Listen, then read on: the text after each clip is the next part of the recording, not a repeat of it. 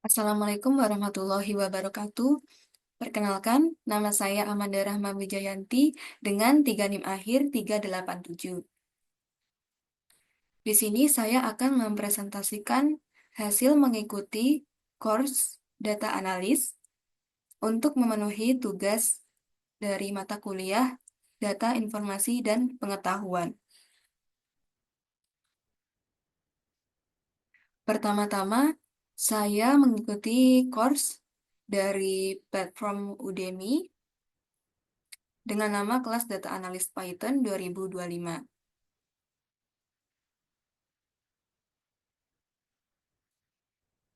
Pada course ini, di setiap materinya terdapat kuis.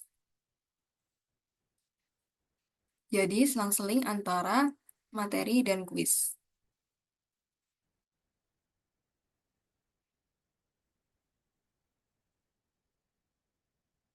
Course ini memberikan pemahaman menyeluruh mengenai proses analisis data, mulai dari tahap eksplorasi hingga visualisasi.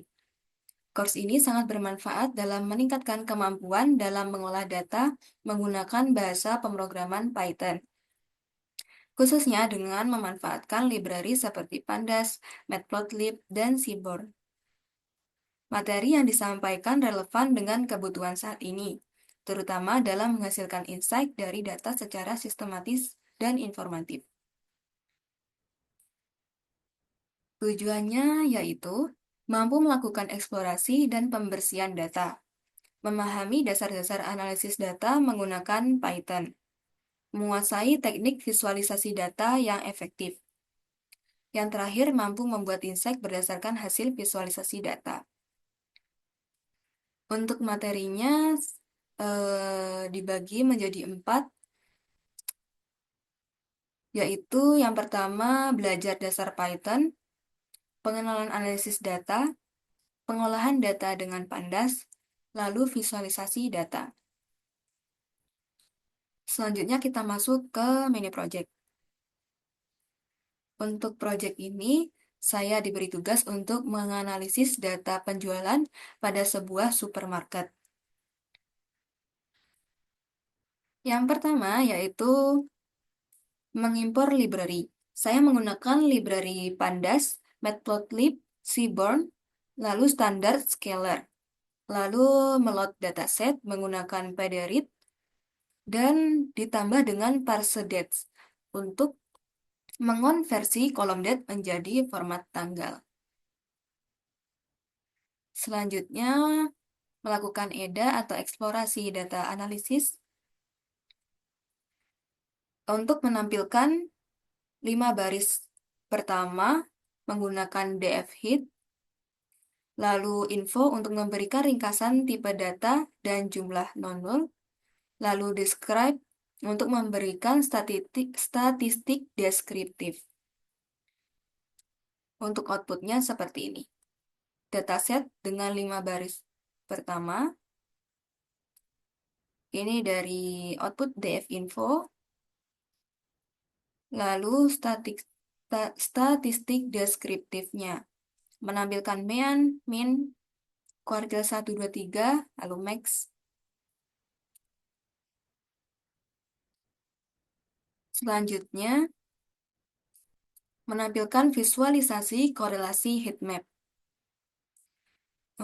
Untuk outputnya, di sini teks 5%, total, COGS, dan gross income senilai 1 ya.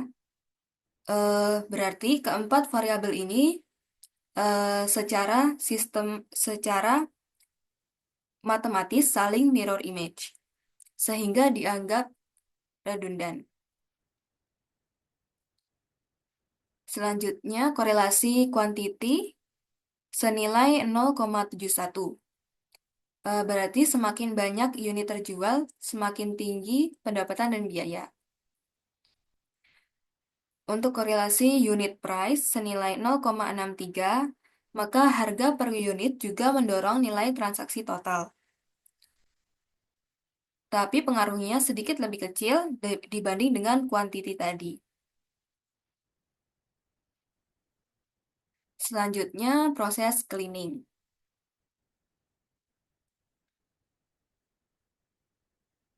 Pertama, kita mengecek dan menampilkan missing value dan duplicate. Lalu menghapus semua baris yang duplikat dan menyimpan hasilnya ke dalam data frame baru menggunakan df drop duplicates. Lalu ditampilkan jumlah missing value per kolom dan jumlah baris duplikat. Untuk outputnya seperti ini. Missingnya sudah 0 dan duplikatnya juga 0.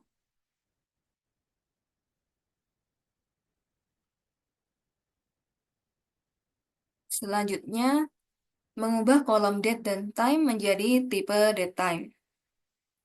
Lalu membuat fitur baru, day untuk nama hari dan hour untuk jamnya. Lalu menghitung frekuensi transaksi per hari dan per jam. Lalu memeriksa aturan bisnis, ini kuantitatif lebih dari 0. Memastikan tidak ada penjualan dengan jumlah 0 atau negatif. Dan unit price lebih dari sama dengan 0. Memastikan harga per unit tidak negatif. Selanjutnya masuk ke pre-processing. Pertama, margin dan statistik kategori. Eh, ini profit margin, persentase laba per transaksi menggunakan gross income dibagi total lalu dikali 100. Cat calls ini digunakan berisi daftar kolom kategorikal. Lalu untuk cat this menyimpan jumlah kemunculan masing-masing kategori untuk tiap kolom. Selanjutnya menggunakan one hot encoding dan scaling. Encoding ini mengubah kolom kategorikal menjadi bentuk numerik biner agar bisa digunakan dalam model. Numcalls menstandarkan fitur numerik agar memiliki mean 0 dan standar deviasi 1. Lalu ditampilkan 5 baris pertama dari data yang sudah diproses. Outputnya seperti ini.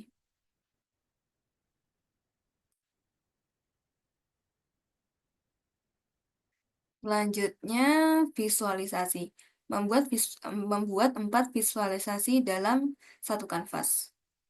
Di sini saya akan menampilkan total penjualan per kota dalam grafik batang horizontal, lalu menampilkan 5 produk terlaris berdasarkan total penjualan, lalu menampilkan jumlah transaksi berdasarkan jam agar membantu melihat jam sibuk. Lalu yang terakhir menampilkan distribusi total nilai transaksi dalam bentuk histogram. Untuk visualisasinya seperti ini. Untuk total penjualan per kota, ternyata kota Naipitau itu paling tinggi, yaitu sebanyak 110.000.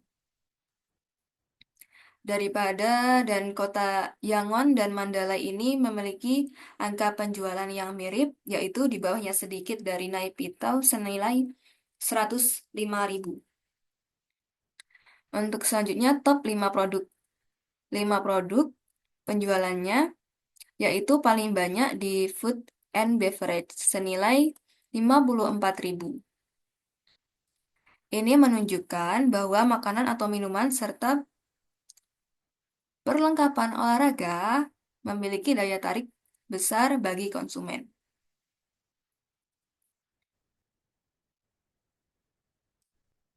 Selanjutnya transaksi per jam. Setelah melihat visualisasi ini, maka aktivitas transaksi paling tinggi terjadi pada pukul 7. Pukul 7 malam. Untuk jam-jam sibuk lainnya terdapat pada pukul jam 10, jam 1 siang, lalu jam 3 sore. Untuk penurunan transaksi itu pada jam 4 sore sampai 5 sore. Yang terakhir yaitu distribusi of transaction total. Sebagian besar transaksi memiliki nilai total antara 0 hingga 200 untuk totalnya. Menunjukkan mayoritas pembelian berada di kisaran harga rendah ke menengah. Yang terakhir ini terdapat link collab-nya, bisa diakses. Sekian dari saya, bila ada salah kata mohon maaf.